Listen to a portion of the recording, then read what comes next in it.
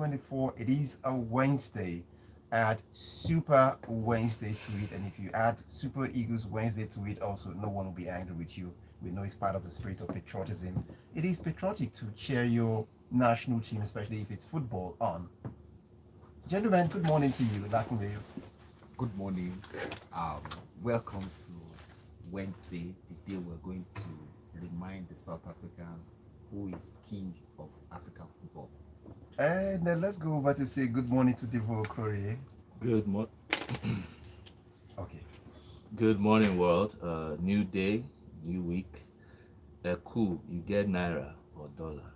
I thought you were just going to go a cool. Are you wearing your green for the Super Eagles today? Now you go for that. Mm. Okay. Some of us don't want to jinx it. Is naira we used to reach Cote d'Ivoire? Okay, so let's move on now and pick up the papers this morning. But most importantly, when we've got the analysts like this all fired up for the papers, it's also that point where we also ask you, are you ready? Let's get your thoughts coming across in reaction to the headlines we're treating this morning. And that will be for you to send it across as WhatsApp messages to 0809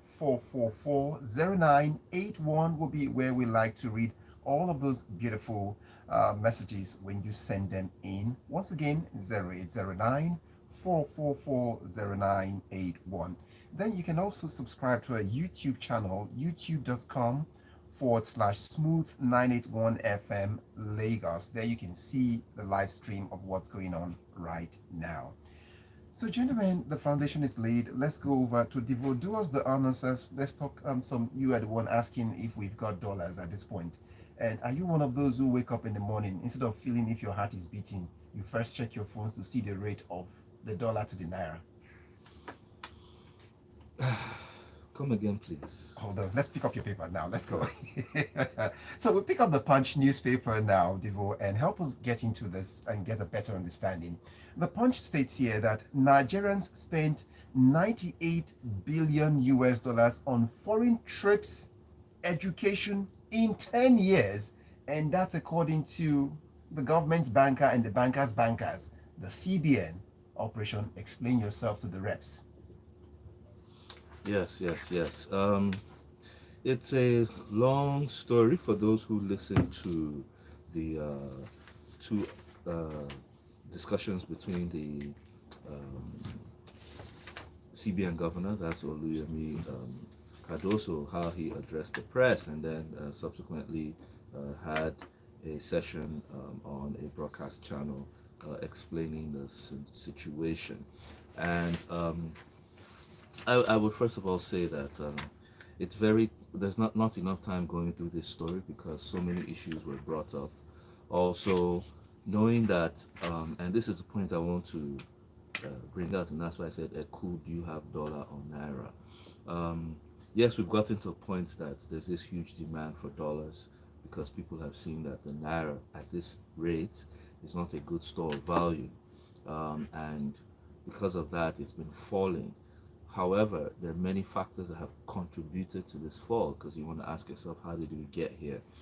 And and that's even for those who are economically savvy or have an understanding of how these things work. But the real issues and factors that are dealing with society now is the cost of living crisis, whereby because we are largely an import-laden nation, the cost of goods and services has skyrocketed.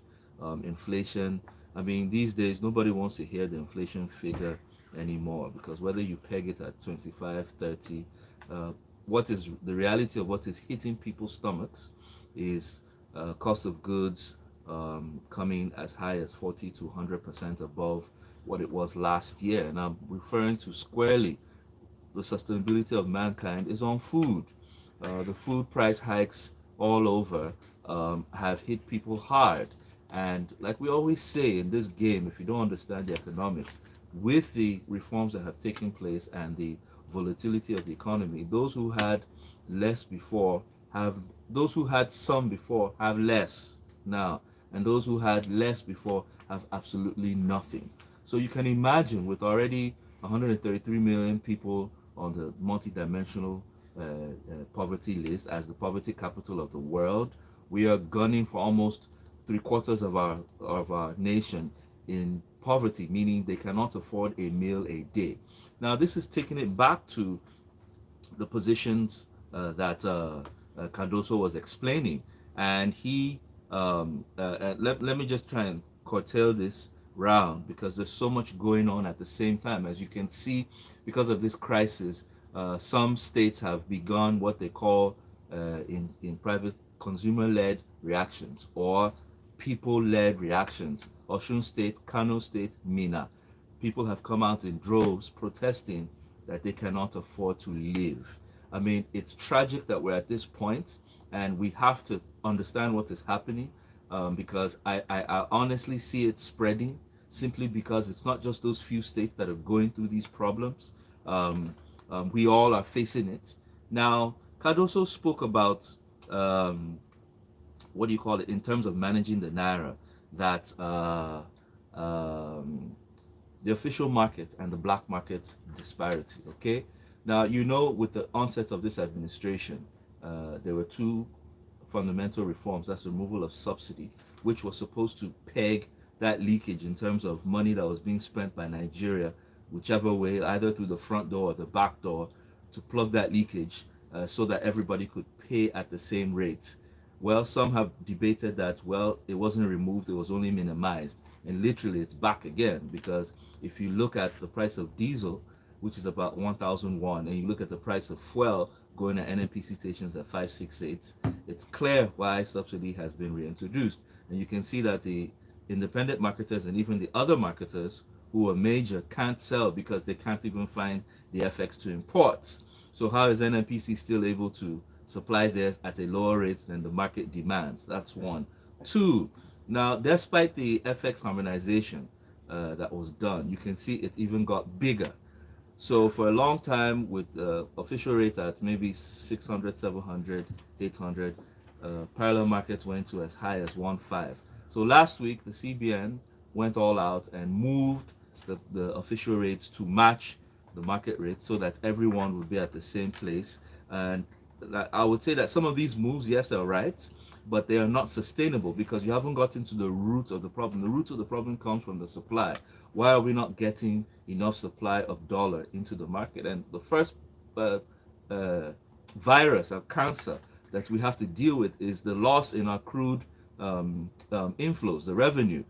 NSA has said that about 400,000 barrels are stolen daily, and that's even coming from him. We don't even know whether it's more than this. Two, currently with the removal of subsidy, government at federal and at state level are getting more cash. Okay, so what we see is this move of naira by the state governors and the federal government in some ways in buying up some of the scarce dollars that are on ground.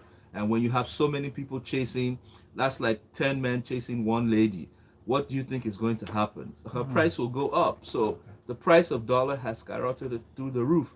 Two, we had a debt crisis of ways and means, which was put back into the system that has literally caused this scenario. So my point here is, honestly, I want to hear less from the CBN governor. I think the real person here to be talking to the Nigerian people in the name of the Renewed Hope agenda, because right now it's looking like Renewed Shege, is the Minister of Finance, Coordinating Minister of the Economy, Wale Edun. I've always said it.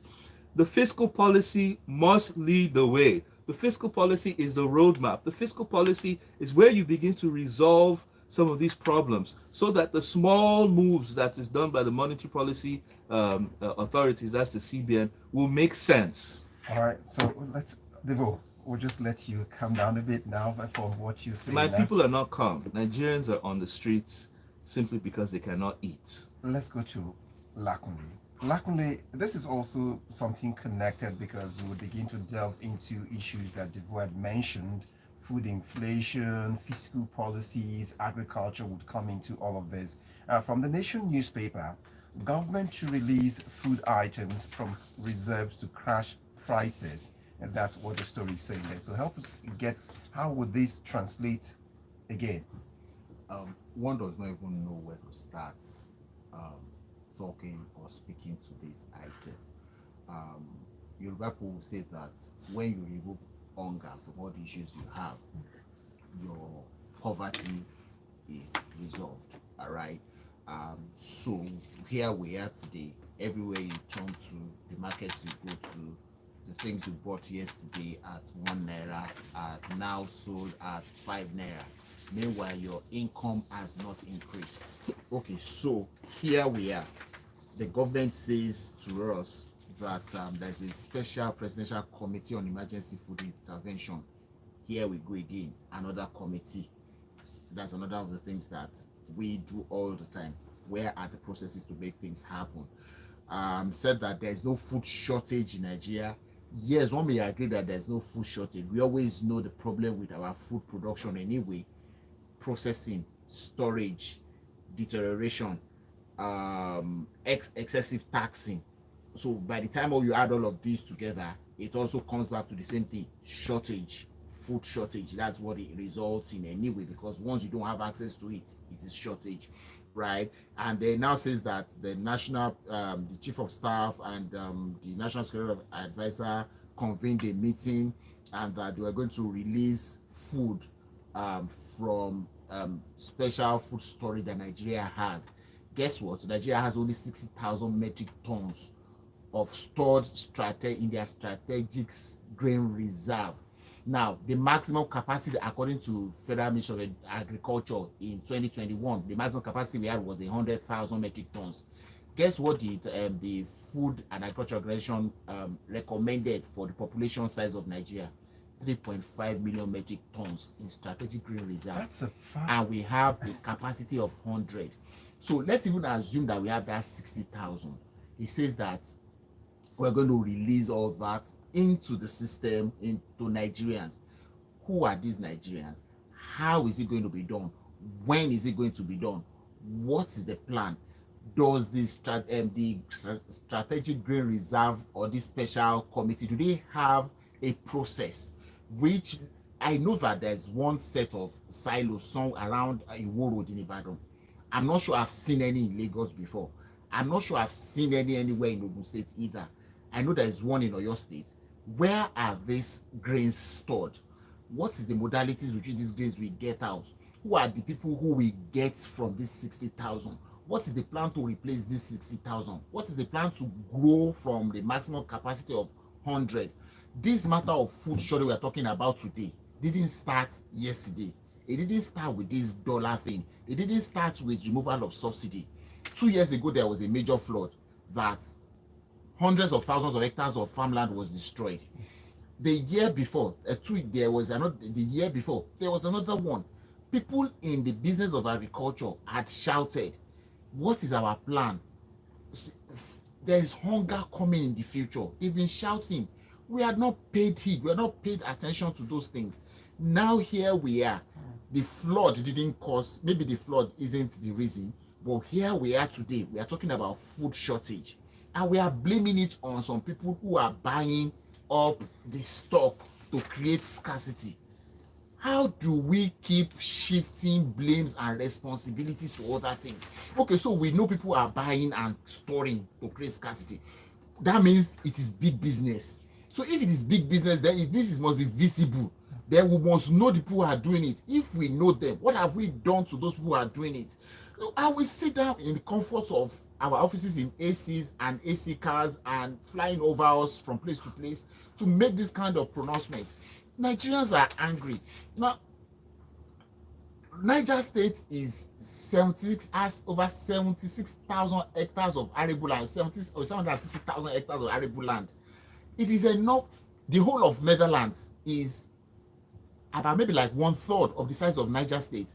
Guess what agricultural exports of agricultural produce from value for Netherlands last year? $49 billion. How much is total of Nigeria's agricultural exports? We just spoke about the custom service, what it costs to export things from Nigeria. The custom will charge you compared to other countries near us before we started the show. So all of this is when you put them together. It gets annoying when you hear people in your government say this kind of things. You know that we have some grain reserve, 60,000. That's maximum what we have. How many Nigerians will eat that 60,000 before it finishes for how many days? So before we rest this headline, the next question is: every time I've heard this grain, how crucial or how critical is grain. Is it just grain alone people would eat? Every time it just seems that's the mention of grains will be released. I don't know. I don't understand how that solved the problem. See, let's even agree that it is only grain we eat. 60,000 metric tons. They say we are 200 million people. Divide 60,000 metric tons by 200 million. How many grams gets to each family? How many days will each family finish it? Okay. So it describes the problem. Like I said at the beginning, we can't even know how to begin to dimension the problem, but it describes how big the issue on our hands are. It is still freshly pressed on Smooth 98.1 FM, and if it sounded like an emergency session of the Freshly Pressed this morning, it's because the issues at hand coming from the headlines demand the kind of the discussion and the emotion you're getting from the analysts this morning. But let's make sure we get your messages coming in. Of course, you know it's very important. Get them across to 0809 444 0981, but that will be on the other side. You are an orchestra. Watching you move, it's like listening to a symphony of body by a maestro. When you walk, it is like watching a G-clef stroll across an octave accented by a C Is that sharp. the screen audio? When you talk, the cadence of your voice is a tenor saxophone, making love to a cello at perfect pitch. I've not found. You didn't put screen So over. smooth. Nice. You did when? That's why we keep it here I've on not found. 98.1. I've not found the screen. This is for it. just It's not music. Samsung. No, Signing it's not. off. What is? Spark. Techno. Oh no, Techno has now. We're back. Slot.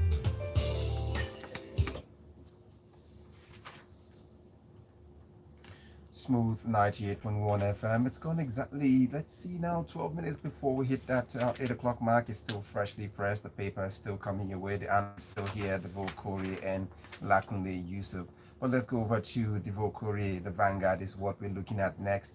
And the headline before you: federal government determined to begin the implementation of the new passport policy.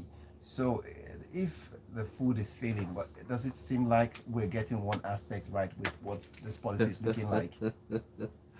Sorry, people, I have to laugh because in the midst of all this tragedy, there is still good news, and even the bringer of the news himself has small K leg. But anyhow, we will take the good news, right? Let's serve it hot. Now, the Minister of Interior, Tunji Ojo, has reiterated the ministry's determination to begin full implementation of the new passport policy for the benefit of Nigerians home and abroad. Now, let's explain this. It was in a virtual diaspora lecture series with NIGEN.com, that's the Nigerians and Diaspora Commission, in collaboration with NIMSI, that's the National Identity Management Commission. And what they've said is that from March 24, this is February. For me, this is my own February gift to Nigerians. They will release automated passport application processing. Okay, that begins from March. And what that means is, especially for the diaspora, that in 4 locations, which is where it's kicking off at, that's Italy for those in Europe, Canada for those in the Americas, South Africa for those in Africa, and Malaysia for those in Asia. They've said that following a month of refining glitches, that's like a beta testing, that they are ready to kick this off in March, and then hopefully by April they should deploy it around the whole world. As you know, any country that does not have Nigerians does not exist. Now, while this is great on its own, what is the real benefit of this? Because what he mentioned during that session was that passport processing has been historically cumbersome. Yes, I mean, the series of content online on YouTube with Nigerians screaming blue murder abroad, of how they have literally gone through hell trying to get their own green pali. Okay, talk less of those within Nigeria. Like I told you, the last time I went for a passport, I saw people lined up in lines, having prayer meetings, breaking their fast because of what? Passports. What should come as a natural gift from the nation to you. However, he said that this automation will, 1, decongest the centers globally, both internationally and locally. 2, it will fast track the operations. Now, whilst this deserves a standing ovation, not because they're doing what is right. I mean, thinking of all the stress we have suffered as a nation it's good to see that within this administration, despite the grip on our bellies, something good is there. Maybe this might help those who want to japa faster. Now, whilst they've made that move, they're also making two other moves, which is the move of the E8 mandate passports, which is basically your passport holding all your biometric information. Now, where that makes sense is the second initiative, which is the E-gate at international airports. Nigeria is a bit slow in this area for a country that has the highest flighting amongst Africans. E-gate simply mean, and it will be at most of our international airports in Nigeria. When you get there, you don't have to join that queue of sitting and discussing with some fellas called immigration as to who you are, where you're coming from, where you're going to. Please sign here. What it simply means, you get to that gate, there's a biometric landing pad there. You just put your fingers on it. Like the last time when I was in Accra, Ghana, I wanted to see the sweet women who were immigration officers. But you know, they just asked me, "Uncle, please try the e-gate." I just put my fingers, and what was the response? Welcome, welcome, enjoy your stay. So simple as that. But we thank God that we have a minister that is proactive enough to deliver this despite the reign of hunger and anger in the land. Thank you, Devoe. Even though you saw that there was an e-gate, you were opting to go for The sweet for Ghanaian analog. immigration officers. That's really, at least we've gotten a bit of laughter and some smile from you this morning from the way you started out. So let me just go over to get a few message in. Lakunle will get back to you with the paper you're holding right now. That will be the Guardian newspaper. Let's begin with this one. Lakon's message says, imagine the savings in Forex when we address the power sector and revamp our refineries. Marketers currently splurge on Forex for importing refined products, particularly petrol and diesel. Fixing the power sector could slash the fuel demand by more than half, but primarily used for generators in homes, offices, and companies. It's baffling that government isn't prioritizing these measures over wasteful spendings on palliatives, he says. Drifting away from Lakon now, I'll go over to Kingsley from Isolo. I can bet you 90% of the people that had less were same people that voted for this administration. Choices have consequence. Kingsley from Isolo's thought here. So yeah, tomorrow is here today. Moving away now to Shegun's message, it says, for serious reforms to work in this country, there will be pain. Critics of this government's policy, especially the removal of fuel subsidy and floating of the naira, should state alternative policies. The main opposition leaders also proposed the devaluation of the naira and the immediate removal of subsidy. So what has this government done differently now? And my main issue is that our elite from the presidency and legislators of all parties have not cut down on their expenses to show good example. And what have the governors been doing with the excess FAC allocations? These governors are very quiet. Shegun's thoughts this morning. Let's get on to B's message, Abimbola Banjo's message. No matter how much we earn as a country, leakages caused by graft, as corruption, indiscriminate purchase of foreign currency by financial institutions, and 200 million people for arbitrage purposes will continue to cause distress. God bless Nigeria. That's his thought. Then let's go to Callisto's message from Magodo. It tells us here, I honestly don't think the government is serious about food security. No security for farmers, no incentive for farmers. Food taxes, road taxes keeps increasing when transporting food from the farms to cities. Let them sort these little things, then we can talk about food security. Then we go over to Anthony's message. The ordinary man isn't bothered about the cost of dollars. They don't necessarily care about apples and grapes. That's a luxury these days if you see it. But then what they are looking for is gari, cassava, corn and rice, etc. Agbado. We grow That's here. what it's called. This is the reason for this unfortunate protest that may rise to a conflagration if government doesn't take the urgent steps, pay more attention to agriculture. If there is sufficient food, we are as good as having 85% of our problems, or because majority of Nigerians work to eat in order to survive. Tony from Marine Beach. And so let's leave the messages for now. We'll get back to them shortly. Lakunle, just help us run through this story for about a minute. Let's see, it says from The Guardian, Nigeria vows to rescue Africa from mining exploitation. Talk to us about throw in Zamfara. Please throw in Nasarawa and other parts, and then the leakages of crude, and then to what they are doing in Johannesburg at this conference. Okay, so there's this conference called the Africa Mineral Strategy Group.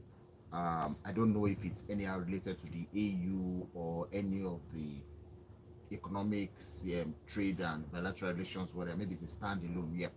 But again, I started the first story with my people's how they say things. I'm going to say this again. My people will say that if somebody is going to dash you a shirt, you look at the one the person dashing you is wearing. Okay, so that's where we start from. Nigeria is vowing to lead Africa out of exploitation of blah blah blah. So where are we ourselves as a country in terms of saving ourselves from exploitation?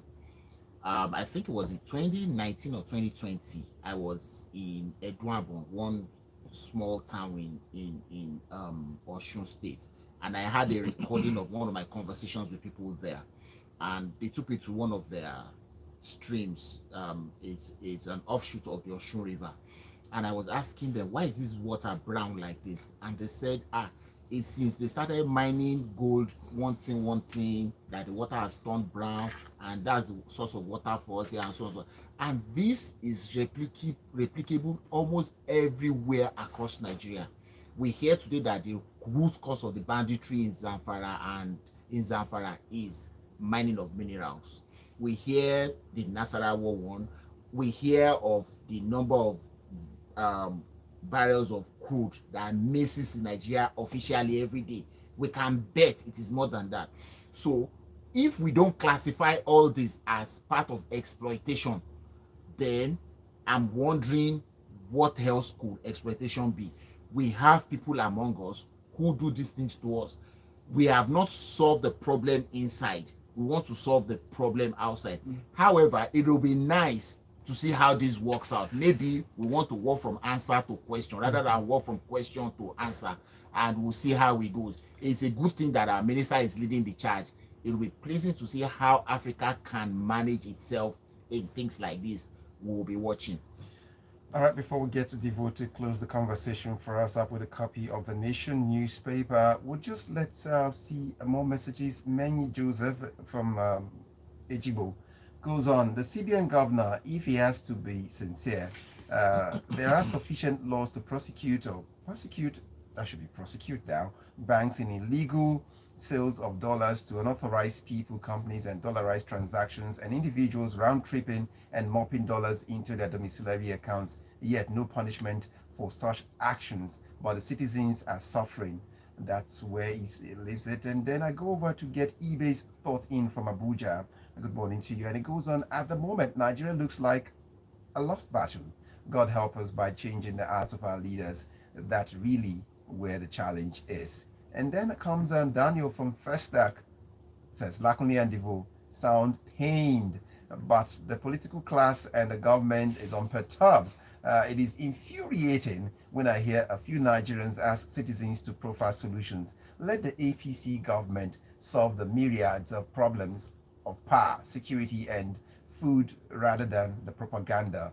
And let's get on. Chris from Ikeja. This administration is not ready to think that we have educated individuals amongst them. Please, let's show love by sharing our food with the less privileged. Together we can survive. That's how Chris, one for all at this time. That's how he sees it at this time. Find Adewale here. Automation of passport processing and e-gate is good one. At least that will save Devoe from not going to say hello to, just focus and go straight to where he's going, looking for Aquaba, not automated. And then it goes on. At least good news for Nigeria. Please let them make it happen swiftly. Ajayi Noah's thought I get you here from Magodo. Our government is just toying with the lives of Nigerians with its lukewarm attitude to critical national issues like security and food shortage. It does not take anybody to tell hungry man that he's hungry. Okay, so at least we'll try. So, Devoe, Can you cap up that message for me in just less than a minute? Less than a minute. Okay, it's about Tinubu speaking to the fact that they will continue supporting the military with equipment and training to tackle the large insecurity. However, this was because they gave out 2 helicopters recently and then 4 surveillance aircrafts 2 months ago. But the problem is, despite, if you remember in the last administration, the Buhari administration, despite the purchases of the Tucanos, insurgency, banditry, and terrorism spiked. So the point is, I need the NSA, the National Security Advisor, which is total well-being, to wake up from his sleep, leave Cote d'Ivoire matches, and face Nigeria, right? Because you need to also dwell not just with the military, with the police that is drastically decrepit, with the intelligence sector, that is the DSS, that I don't know which sleep they have been in for all these years, and as well as the economy. That is what you call total security, whereby you address the food insecurity, the power insecurity, and the finance insecurity. That is when I know our National Security Office is working. Nuhu Ribadu, I'm talking to you. I'm It's sure you can hear me. Devoe,